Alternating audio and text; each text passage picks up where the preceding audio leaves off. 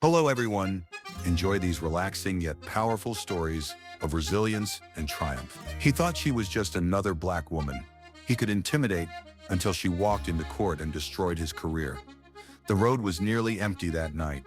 A few cars rolled past, their headlights bouncing off wet pavement. The streetlights flickered, casting long shadows over the stretch of highway outside Birmingham, Alabama. It was late, just past 11, the kind of hour where most people just wanted to get home. Lieutenant Commander Renee Dawson had been driving for nearly 2 hours, her fingers drumming lightly against the wheel, humming along to the soft rhythm of an old jazz tune playing through the speakers. She wasn't in uniform, just a simple black sweater and jeans, hair pulled back. She didn't stand out, or so she thought. Then she saw the lights in her rearview mirror, red and blue flashing, gaining on her fast. Her stomach clenched, not out of fear. She knew how these things went, but out of exhaustion. She signaled changed lanes and eased her car onto the shoulder. She put the car in park, took a slow breath, and kept both hands where they could be seen. She had been in the military long enough to know the drill. If stories like this matter to you, don't forget to hit that like button, share the video, and subscribe to RVM Black Struggles so we can keep telling the stories that often go unheard. A white patrol car stopped just behind her. The officer took his time getting out. When he finally did, he moved like a man who expected obedience, heavy boots scuffing against asphalt, one hand resting on his belt, the other holding a flashlight that flicked on as he approached. She turned her head slightly, watching him through the side mirror. The name on his badge caught the light: Briggs, license and registration. No greeting, no explanation. His voice was flat, practiced, impatient. Renee met his eyes in the mirror, then reached slowly into the glove compartment, pulling out her documents. "Was I speeding, officer?" she asked, her voice steady. Briggs didn't answer right away. He took the papers from her hand, holding them just out of reach as he gave her car a once-over. "Taillights out," he said. She frowned. "That can't be right." Briggs finally looked at her. "Are you arguing with me?" A beat of silence passed. Renee could feel the shift in the air, that quiet, unspoken moment where power met resistance, and one side expected the other to cave. Comment 1 if this video resonated with you, 0 if it didn't. And if you're unsure but believe these stories should be told, go ahead and subscribe to RVM Black Struggle. She'd seen it before in briefings, on bases overseas, in training exercises, meant to prepare sailors for the world outside the Navy. She knew better than to push, but she also knew her rights. "I'm just saying," she replied, voice calm. "My taillights were checked a few weeks ago. But if there's an issue, I can get it fixed." Want more real, powerful stories like this? Click subscribe to stay updated with new uploads from RVM Black Struggles, and help us keep these conversations alive. Step out of the car. Briggs cut her off like he hadn't heard a word. Renee exhaled slowly. She glanced toward the traffic ahead. No witnesses. She tapped her fingers against the steering wheel once, then reached for the door handle. "Mind telling me why?" she asked. Briggs tilted his head, smirking. "Because I said so." She let that hang in the air for a second, then unbuckled her seatbelt and pushed the door open. The night air was cooler than she expected. She stepped onto the pavement, her posture relaxed, but measured. She wasn't looking for a fight, but she wouldn't be bullied either. Briggs took a step back, scanning her. She could feel him sizing her up, deciding how much he could get away with. "Turn around," hands on the car. This time, she hesitated. For what reason? Briggs took a step closer. His smirk disappeared. "Are you resisting?" Renee held her ground. "No, I'm asking a question." A flicker of something crossed his face. Annoyance, amusement, maybe both. Then without warning, he reached for his radio. "We got a non-compliant driver here," he muttered into the speaker. Then louder, "Turn around." Her pulse picked up, but her expression stayed neutral. "Officer, I need you to understand something," she said, her voice low but firm.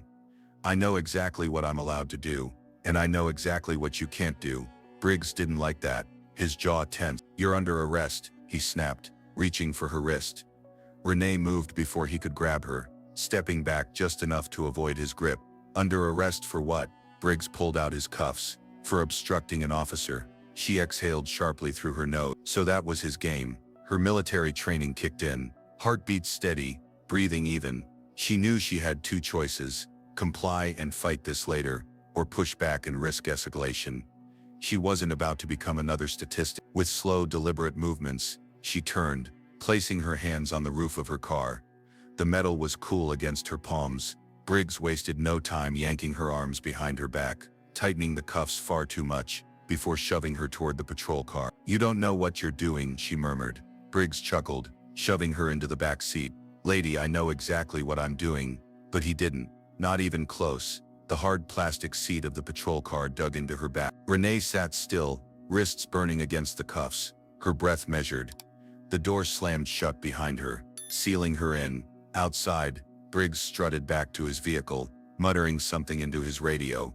She glanced at the partition separating her from the front seat. The faint reflection of her face stared back, calm, composed. But beneath that, something simmered. She had been through combat drills, high-stakes operations, and interrogations in foreign territories. But this was different. This was a man with a badge, drunk on power, convinced he was untouchable. A few minutes passed, then 5, then 10. She shifted her hands slightly, testing the cuffs. Too tight. He had done it on purpose. The driver's side door swung open, and Briggs slid in, whistling. "Well, well," he muttered, pulling his seatbelt across his chest. "Let's take a little ride." She didn't respond. He threw the car into gear, pulling off the shoulder, and back onto the road. The patrol car lurched forward, the overhead lights still flashing. She could see the reflection of the red and blue in the side mirrors, staining the road behind them. "You know," Briggs said after a moment, "most people just keep their mouths shut when I tell them to step out." Renee exhaled sharply through her nose. "And most officers don't arrest people for questioning a traffic stop." Briggs laughed, shaking his head. "Lady, you must really think you're somebody." She looked at him through the glass.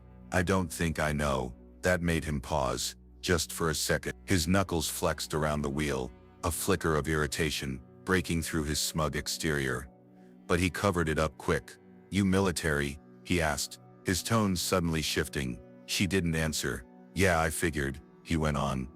"You got that attitude, that above the law type." He smirked. "Bet you thought I'd back off if you threw that around, huh?" Still, she stayed silent. Briggs clicked his tongue. "Shame," he mused, shaking his head. "If you just kept your mouth shut, we could have avoided all this." Her jaw tightened. The audacity of it, as if his actions were somehow her fault. The station came into view up ahead, a squat gray brick building just off the main road. The parking lot was mostly empty. Late-night processing was slow, and for now, it looked like she was the only guest. Briggs pulled into a reserved spot near the entrance, killed the engine, and turned to look at her through the partition. "Gotta say," he murmured, "I do love when they make it easy." Before she could respond, he was out of the car, slamming the door behind him. A second later, her door swung open. "Let's go," he ordered. Renee twisted her wrist slightly as she stepped out. The cuffs bit into her skin. He hadn't loosened them at all. She kept her head high as he led her inside, past a bored-looking desk sergeant, and into process. The holding area smelled like old coffee and sweat. A metal bench lined the far wall, a steel door leading to the cells just beyond it. Briggs uncuffed her just long enough to push her through booking. Fingerprints, mugshot, the whole route. The officers behind the desk barely looked up, just going through the motions. She had seen this kind of indifference before. It was the kind that let bad men like Briggs thrive. When it was over, he grabbed her wrist again, leading her toward the cell. "You think you're smart, huh?" he muttered under his breath. She glanced sideways. "I don't have to think." His grip tightened. She knew that got under his skin. "Enjoy your stay," Briggs sneered, shoving her toward the cell. Renee caught herself before she stumbled. She turned, watching as the metal bars slid shut between them. Briggs smirked from the other side, tapping the bars lightly with his fingers before walking away. The lock clicked into place. She took a slow breath, then sank onto the bench. The chill of the metal pressed through her jeans, grounding her. One night, that's all it would take, because Briggs had no idea who he had just messed with. The metal bench was cold, hard, unforgiving.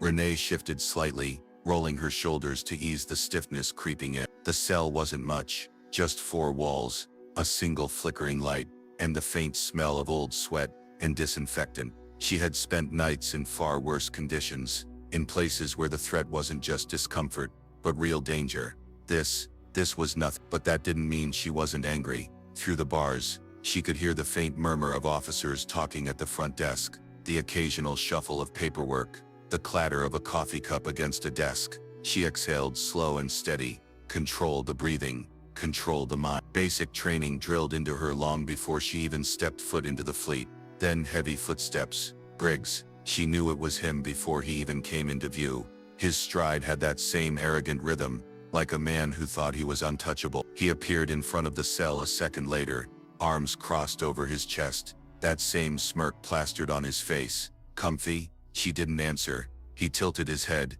stepping closer to the bars. You know, if you just played along, you wouldn't be in here right now. She let a slow smile curl at the edges of her lips. Oh, I'm exactly where I need to be.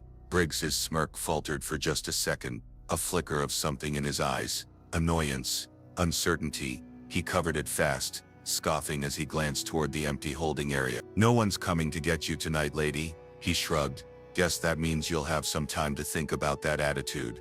Renee just watched him unmoved, unshaken. Briggs leaned in slightly. See, here's the thing, he continued, lowering his voice. People like you think the rules don't apply. You think a little confidence is enough to get out of trouble. She let him talk, let him ramble. It didn't matter, because he didn't know what was coming. And then, as if on cue, another officer approached from the hallway. A younger guy, probably in his late 20s, dressed in a standard-issue uniform. He stopped a few feet away, holding a clipboard. A sergeant. The officer's voice carried just a hint of uncertainty. We got a call. Briggs barely glanced at him and the officer hesitated, shifted on his feet. And I think you need to see this. Briggs frowned, then gave Renee one last look before stepping away. She sat back, listening. The conversation was hushed, but she caught bits and pieces. Something about a lawyer, a call from higher up, questions about why she was being held. Briggs's voice dropped lower, sharp, and annoyed. The younger officer stammered something in response, but whatever it was, it didn't seem to make him happy. Then heavy footsteps again. Briggs stormed back, jaw tight, hands clenched into fists. At his sides, his smirk was gone. What the hell did you do?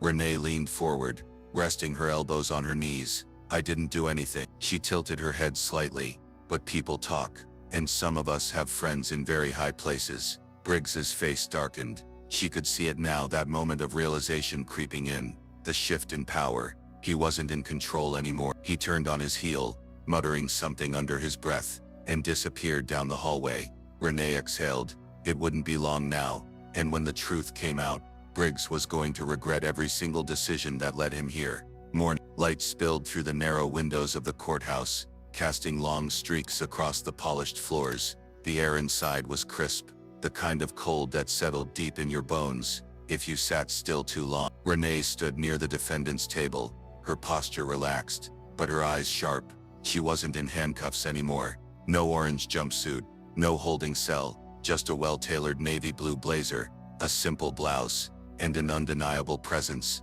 She wasn't alone. Beside her, her attorney, Carla Whitman, flipped through a stack of papers, barely glancing up. As people trickled into the courtroom, the woman was efficient, methodical, no wasted movements, no small talk. Renee liked that. The heavy wooden doors at the back of the courtroom swung open. Briggs walked in. He still carried himself like he owned the room, shoulders squared, chin slightly lifted, but there was a difference now, a stiffness in his step, a flicker of something in his expression that hadn't been there before. He wasn't as sure of himself anymore. Renee caught his eye. He looked away. Good. The judge entered, and the room quieted. Judge Alan Kirkland, an older man with a weary expression, adjusted his glasses. As he settled in, he didn't waste time. All right, he sighed, glancing over the case files. Let's get to it. The prosecutor, a middle-aged man with neatly combed hair, cleared his throat. Your Honor, we have reason to believe that the defendant, Lieutenant Commander Renee Dawson, was unlawfully detained without probable cause. Furthermore, new information suggests a pattern of misconduct involving the arresting officer, Sergeant Daniel Briggs. A murmur rippled through the room. Briggs shifted in his seat, jaw tightening. The judge peered at him over his glasses. Sergeant Briggs, care to explain? Briggs leaned forward, clearing his throat. Your Honor, the defendant was uncooperative during a routine traffic stop. The prosecutor cut him off. Uncooperative, he turned, lifting a document from the table. Lieutenant Commander Dawson's record shows a distinguished military career, graduate of the Naval Academy, multiple commendations, no criminal history, no outstanding citation. Are you telling me that despite all this, she was such a threat that you had to arrest her over a broken taillight? Briggs opened his mouth, then shut it. The silence stretched. The prosecutor continued, flipping through his papers. Additionally, an internal review of your arrest history shows a disproportionate number of traffic stops involving black drivers in this district. The murmurs grew louder. Briggs's face darkened. Judge Kirkland set his file down with a sigh. Sergeant, I don't like what I'm hearing. Briggs sat back, crossing his arms. She resisted. The prosecutor raised an eyebrow. The body cam footage says otherwise. Another ripple of noise moved through the room. Briggs looked at the judge, suddenly more defensive. I was following standard procedure. Judge Kirkland wasn't buying it. He glanced toward the bailiff. Let's play the footage. A screen lowered at the front of the courtroom. A video began to play. Renee didn't turn to watch. She had lived it. Briggs barking orders, her calm voice, the unnecessary escalation, the smug way he tightened the cuffs. The room was dead silent when the footage ended. Judge Kirkland leaned forward, steepling his fingers. Sergeant Briggs, you violated protocol. You conducted an unlawful arrest, and you failed to report the full details in your initial statement. Briggs opened his mouth, but the judge wasn't done. The charges against Lieutenant Commander Dawson are hereby dismissed. His gavel came down sharp and final, and I strongly suggest an internal investigation into Sergeant Briggs's conduct. The tension in the room snapped like a pulled rubber band. Briggs looked like he had been punched in the gut. His face flushed red, hands clenched into fists at his sides. Renee simply exhaled slowly, controlled. She never had a doubt. As she stood, collecting her things, she glanced toward Briggs one last time. Their eyes met. No words were exchanged. They didn't need to be, because this time, she wasn't the one who had to fight for her reputation. Briggs stormed out of the courtroom, his heavy footsteps echoing down the polished hallways. His face was tight, his jaw clenched. He could feel the eyes on him. Other officers, court staff, even reporters, who had shown up after word of the case spread. He wasn't used to this. He was used to control, to walking into a room and commanding respect or fear. But now, the power he had taken for granted felt like it was slipping through his fingers. And then came the worst part. Sergeant Briggs. A sharp voice cut through the hallway noise. He turned. Chief Eldon Baker stood, with his arms crossed, his expression unreadable. The older man had been on the force for over 30 years, a respected figure in the department. His word carried weight. Briggs straightened. Baker studied him for a moment, then with a curt nod, motioned for Briggs to follow him into a private office. The second the door shut, the chief's tone dropped. What the hell were you thinking? Briggs exhaled sharply. I was doing my job. Baker scoffed, tossing a file onto the desk. It landed with a heavy thud. That's not what it looks like from here. The body cam footage, the arrest history, the fact that you didn't even know who you were arresting. Briggs's nostrils flared. What does that have to do with anything? Baker leaned forward. Everything. His voice was quiet but sharp. This wasn't some random woman. This was a high-ranking Navy officer. You think this is just going to disappear? Briggs looked away, grinding his teeth. She was disrespectful. She questioned you. Baker cut in. That's not a crime. Briggs scoffed, shaking his head. You don't get it. People like that. The chief's expression hardened. People like what? Briggs. Silence. Briggs swallowed, but said nothing. Baker sighed, rubbing his forehead. The DA is reviewing every single one of your cases, from the past 5 years. You've been flagged for racial profiling, and you better believe, this department isn't going down with you. Briggs felt his stomach twist. What does that mean? Baker straightened. It means you're being put on immediate suspension. Effective now. Internal Affairs is investigating, and if they find what I think they're gonna find. He shook his head. Your career is over. The words hit Briggs like a punch to the gut. His face burned. This is bull. Baker held up a hand. Don't finish that sentence. His voice was ice. Pack up your desk.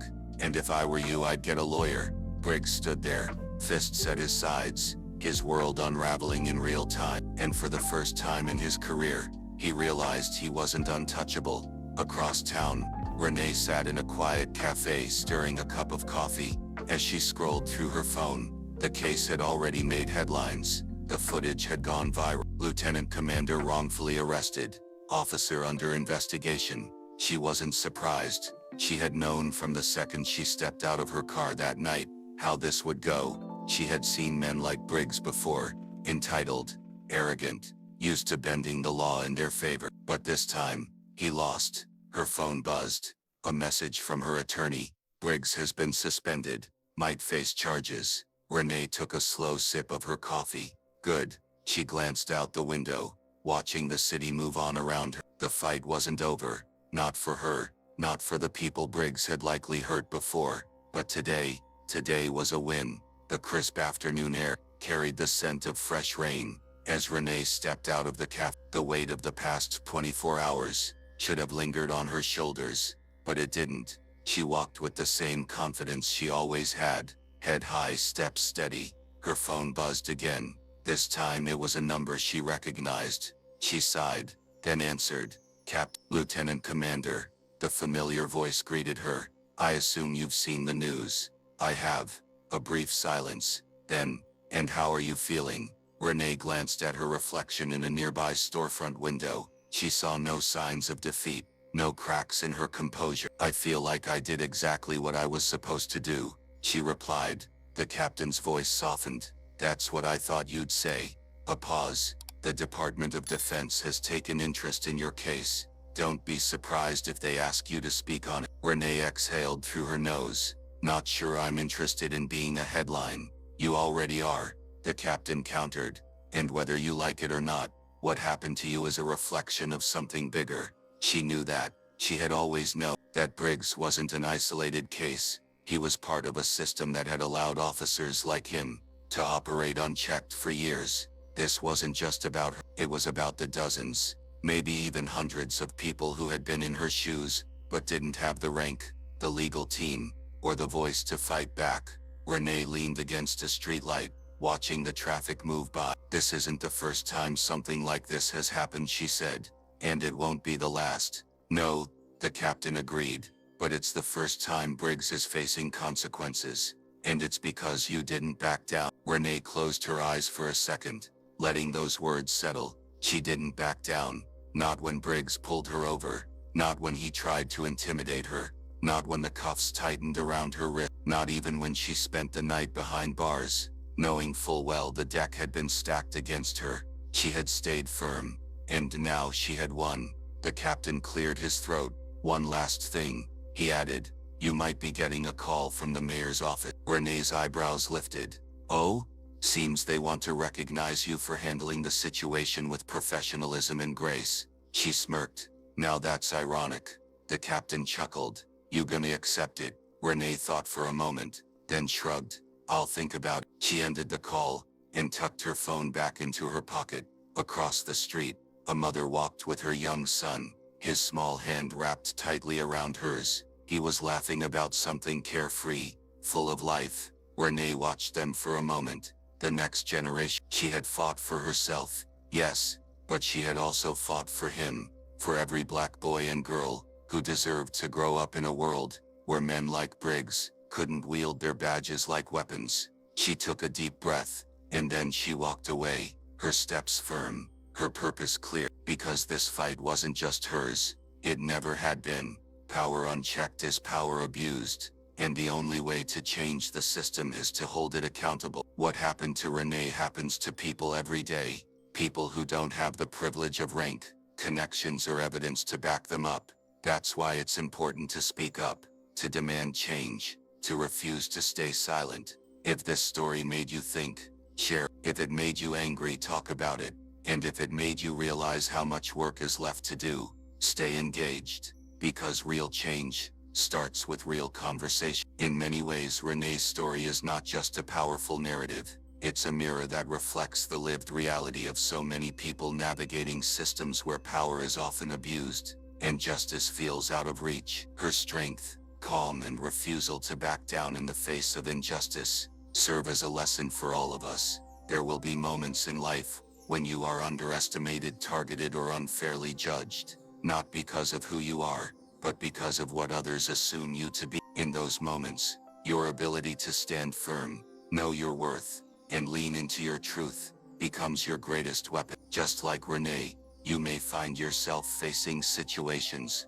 where speaking up feels risky, or where silence feels safer. But the world only changes when ordinary people take extraordinary stands. Don't let fear or intimidation steal your voice. Whether it's in the workplace, in your community, or even in your own family, remember that dignity isn't something someone gives you, it's something you affirm for yourself, every day, through your actions. This story also reminds us that preparation and poise matter. Renee's military training, her awareness of her rights, and her ability to stay composed didn't just help her survive the encounter, they helped her turn the narrative.